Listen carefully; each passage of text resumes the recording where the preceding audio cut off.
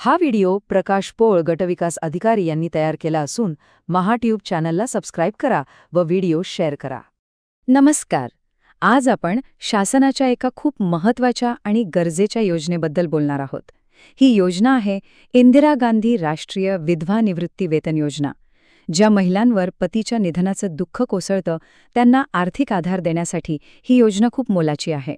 चला तर मग या योजनेबद्दल सगळं काही सोप्या भाषेत समजून घेऊ.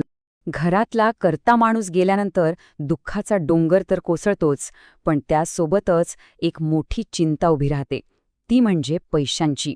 घर कसं चालवायचं, मुलाबाळांचं काय होणार, हीच काळजी ओळखून सरकारने मदतीचा हात पुढे केला आहे. आजच्या या माहितीमध्ये आपण 5 महत्त्वाचे मुद्दे पाहणार आहोत. पहिलं म्हणजे ही योजना नक्की काय आहे आणि फायदा किती मिळतो. दुसरं, याचा लाभ कोणाकोणाला मिळू शकतो. तिसरं, अर्ज करायला कोणती कागदपत्र लागतील. चौथं, आपण शांताबाईंच्या गोष्टीमधनं हे सगळं समजून घेऊ. आणि पाचवं, आपण इतरांना कशी मदत करू शकतो. चला तर मग आपल्या पहिल्या भागाकडे वळूया.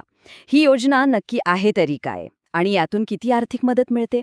तर ही योजना खास करून अशा विधवा महिलांसाठी आहे ज्यांना आर्थिक आधाराची गरज आहे. त्यांना महिन्याचा खर्च भागवण्यासाठी सरकारकडून एक ठराविक मदत दिली जाते. तर सगळ्यात महत्त्वाचा आकडा तो म्हणजे 1500 रुपये. हो, या योजनेतून पात्र महिलेला दर महिन्याला 1500 रुपये मिळतात. आणि हे पैसे थेट त्यांच्या बँकेच्या खात्यात जमा होतात. म्हणजे मध्ये कोणी नाही, काही नाही. आता तुम्हाला प्रश्न पडला असेल की हे 1500 रुपये येतात कुठून? तर बघा, यातली 300 रुपये हे केंद्र सरकारकडून मिळतात आणि उरलेले 1200 रुपये हे आपल्या महाराष्ट्र सरकारकडून संजय गांधी निराधार योजनेतून मिळतात. असे दोन्ही मिळून पूर्ण 1500 रुपये दर महिन्याला दिले जातात. ठीक आहे, पैसे किती मिळतात हे तर आपल्याला कळलं. पण आता पुढचा आणि सगळ्यात महत्त्वाचा प्रश्न, या योजनेसाठी पात्र कोण आहे? कोणाला याचा लाभ मिळू शकतो? चला आता आपण तेच निकष पाहूया. ह्या योजनेसाठी मुख्य 4 अटी आहेत, त्या व्यवस्थित लक्षात घ्या. पहिली अट, अर्ज करणाऱ्या महिलेचं वय 40 ते 89 वर्षांच्या आत असावं. दुसरी अट, अर्थातच त्या विधवा असाव्यात. तिसरी अट खूप महत्त्वाची आहे, त्यांचं नाव दारिद्र्य रेषेखालील म्हणजेच BPL यादीमध्ये असायला हवं. आणि चौथी अट म्हणजे त्यांना सरकारकडून दुसरी कोणतीही मासिक पेन्शन किंवा आर्थिक मदत मिळत नसावी. पात्रता तर समजली. आता समजा एखादी महिला पात्र असेल तर अर्ज करण्यासाठी काही पुरावे म्हणजे कागदपत्र लागतील. चला आता बघूया की नक्की कोणती कागदपत्र जमा करावी लागतात. अर्ज करण्यासाठी मुख्यत्वे 4 प्रकारचे पुरावे लागतात. 1. पतीच्या मृत्यूचा पुरावा. दुसरा, वयाचा पुरावा. तिसरा, दारिद्र्य रेषेखालील असल्याचा पुरावा. आणि चौथा, रहिवासी असल्याचा पुरावा.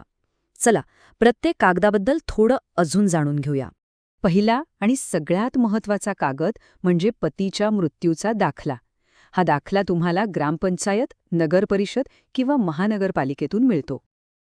आता वयाच्या पुराव्यासाठी काळजी करायची गरज नाही, कारण यासाठी बरेच पर्याय आहेत. जन्माचा दाखला, शाळा सोडल्याचा दाखला, आधार कार्ड, मतदार यादीतला उतारा, यापैकी कोणताही एक पुरावा चालेल. आणि यापैकी काहीच नसेल तर सरकारी दवाखान्यातल्या डॉक्टरनी दिलेला वयाचा दाखला सुद्धा चालतो. तिसरा पुरावा म्हणजे आपलं कुटुंब दारिद्र्य रेषेखालील यादीत आहे याचा एक साक्षांकित केलेला उतारा लागतो. आणि शेवटचा, चौथा कागद म्हणजे रहिवासी असल्याचा दाखला. हा दाखला आपल्याला ग्रामसेवक किंवा तलाठी यांच्या कार्यालयातून मिळतो. आत्तापर्यंत आपण नियम आणि कागदपत्रांबद्दल बोललो, पण हे सगळं एका उदाहरणातून समजून घेतलं की एकदम सोपं वाटतं. चला तर मग आपण शांताबाईंची गोष्ट ऐकूया. चला भेटूया शांताबाईंना. त्यांचं वय आहे 45 वर्ष. त्या विधवा आहेत आणि त्यांचं नाव दारिद्र्य रेषेच्या यादीत सुद्धा आहे. म्हणजे बघा, योजनेच्या ज्या मुख्य अटी आहेत त्या सगळ्या त्या पूर्ण करतात. तर झालं असं की त्यांना या योजनेबद्दल कुठून तरी माहिती मिळाली. मग त्यांनी जास्त वेळ न घालवता आपण आत्ता पाहिलेली सगळी कागदपत्र व्यवस्थित गोळा केली. त्यांनी सगळी कागदपत्र जोडून अर्ज सादर केला. त्यानंतर सरकारी अधिकाऱ्यांनी त्यांच्या कागदपत्रांची पडताळणी केली, सगळं बरोबर असल्याची खात्री केली आणि मग त्यांचा अर्ज मंजूर केला. आणि याचा परिणाम काय झाला?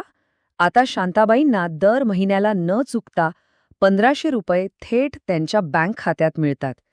त्यांच्या डोक्यावरचं एक मोठं आर्थिक ओझं हलकं झालं आहे. शांताबाई स्वतः सांगतात, या पैशांमुळे मला कोणासमोर हात पसरावे लागत नाहीत. स्वाभिमानाने जगता येतं. मला खूप मोठा आधार मिळाला आहे. हे एक वाक्यच या योजनेचं खरं महत्त्व सांगून जातं. ही फक्त आर्थिक मदत नाहीये, तर तो एक सन्मान आहे, एक मोठा आधार आहे. शांताबाईंसारख्या अनेक गरजू महिला आपल्या आजूबाजूला असू शकतात. पण अनेकदा फक्त माहिती नसल्यामुळे त्या या लाभापासून दूर राहतात. आणि इथेच आपलं काम सुरू होतं. हे बघा, या स्लाइडवर योजनेची सगळी महत्त्वाची माहिती एकाच ठिकाणी दिली आहे. याचा एक स्क्रीनशॉट काढून ठेवा किंवा तुमच्या व्हॉट्सॲपवर इतरांना नक्की पाठवा. आपली एक छोटीशी कृती कोणाच्या तरी आयुष्यात खूप मोठा आणि चांगला बदल घडवू शकते. तर मग आजच एक निश्चय करूया, आपल्या गावात, आपल्या परिसरात, आपल्या नात्यात अशी कोणी गरजू विधवा महिला असेल तर तिला या योजनेबद्दल नक्की सांगू आणि अर्ज करण्यासाठी जी काही मदत लागेल ती करू. करणार ना? कारण योग्य माहिती पोहोचवणं ही सुद्धा एक खूप मोठी समाजसेवा